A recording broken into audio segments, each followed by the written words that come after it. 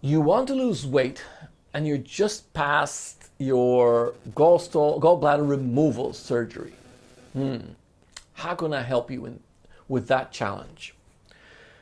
Well, it's going to be harder than before the surgery, that I can say for sure, but it's possible. And it requires several changes that are not very difficult and that have two positive effects to them. So it's like not just a matter of losing weight, but it also prevents the likelihood of more pain.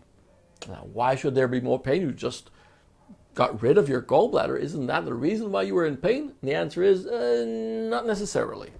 It's important to know that for every stone you had in your gallbladder, there are probably 1,000 little stones inside your liver. And those were not treated by taking out the gallbladder. So you still have that challenge. And we've had several patients come to us after the surgery with gall pain, just like they had before the surgery, specifically from the gallstones. Sometimes it's easy to see that it has nothing to do with it, but in these cases, they were specifically from gallstones. And when they went to their doctors, the doctor said, "Oops, I'm sorry, but that's from your liver. There's nothing I can do." And thankfully, we do have what to do about them. And the first thing to do is to make sure you don't suffer. I mean, that makes sense, right? You don't want to suffer. Just because you resolved one aspect and not the full picture doesn't mean you have to pay the price by continually suffering. So the solution to that comes hand in hand with what's needed in order to lose weight in case you need it. Of course, not everybody who comes with gallstones needs to lose weight. When I was with gallstones, I was way too underweight to think about a diet.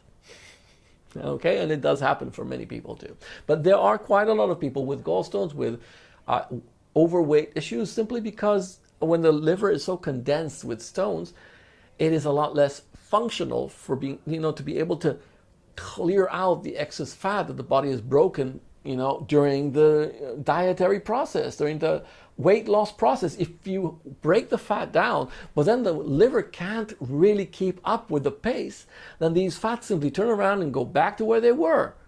Kind of missing the point of a diet this way, right?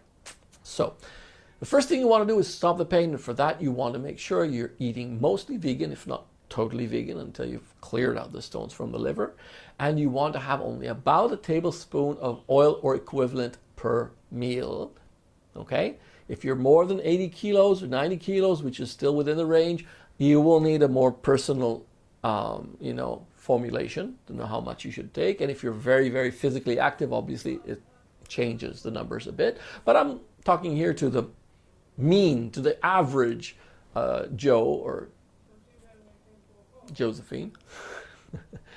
The bottom line is about a tablespoon of oil-based sources a meal, and preferably not heated, because heated oil always causes more burden on the liver, and the liver right now is a sorry mess because it has to cope with the fact that its assistant, the gallbladder, is now gone, and now everything relating to fat metabolism is only on the liver. That's an extra burden. That's not easy to do. So your liver really needs your help.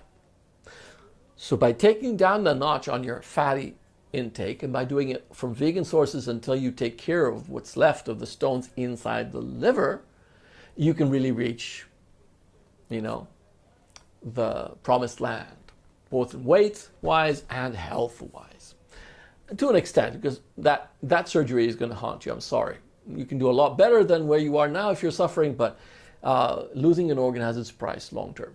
And so we can do our best to support you, but we can't replace that organ. We can only help the liver function better. So only a tablespoon of oil per meal, which means either a tablespoon of a good cold pressed olive oil, or you can take a couple, 2 tablespoons of nuts or seeds that are fresh and not roasted, or 5 tablespoons of avocado, or 2 tablespoons of tahini before it's diluted, and then dilute it well. That's a lot of fatty content in the meal. It's actually fun, but it's still only 1 tablespoon of oil, or it's the equivalent. And by making sure you only eat that quantity and not heating it, only adding the oils to your plate when you're already serving the meal to yourself, okay?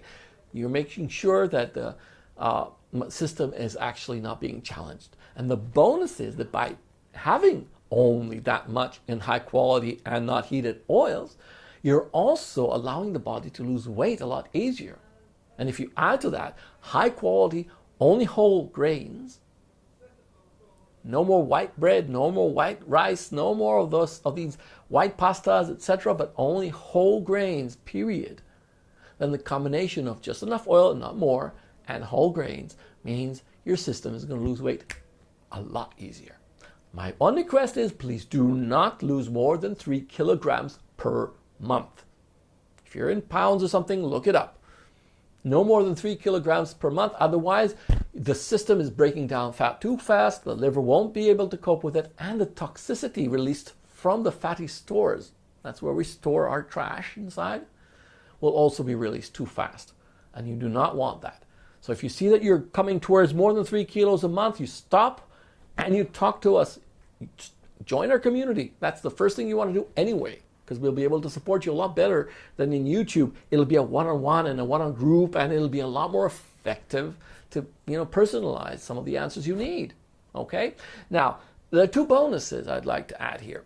One, by being part of the community, especially if you're also coming in there to lose those stones, whether it's just the liver stones or if you still haven't done the surgery and I'm actually meeting you just a moment before, then maybe saving you that pain. If you go into the process, then you get our guide, Stop Gallstones Suffering, for free. Otherwise, it costs a symbolic fee, but it still costs.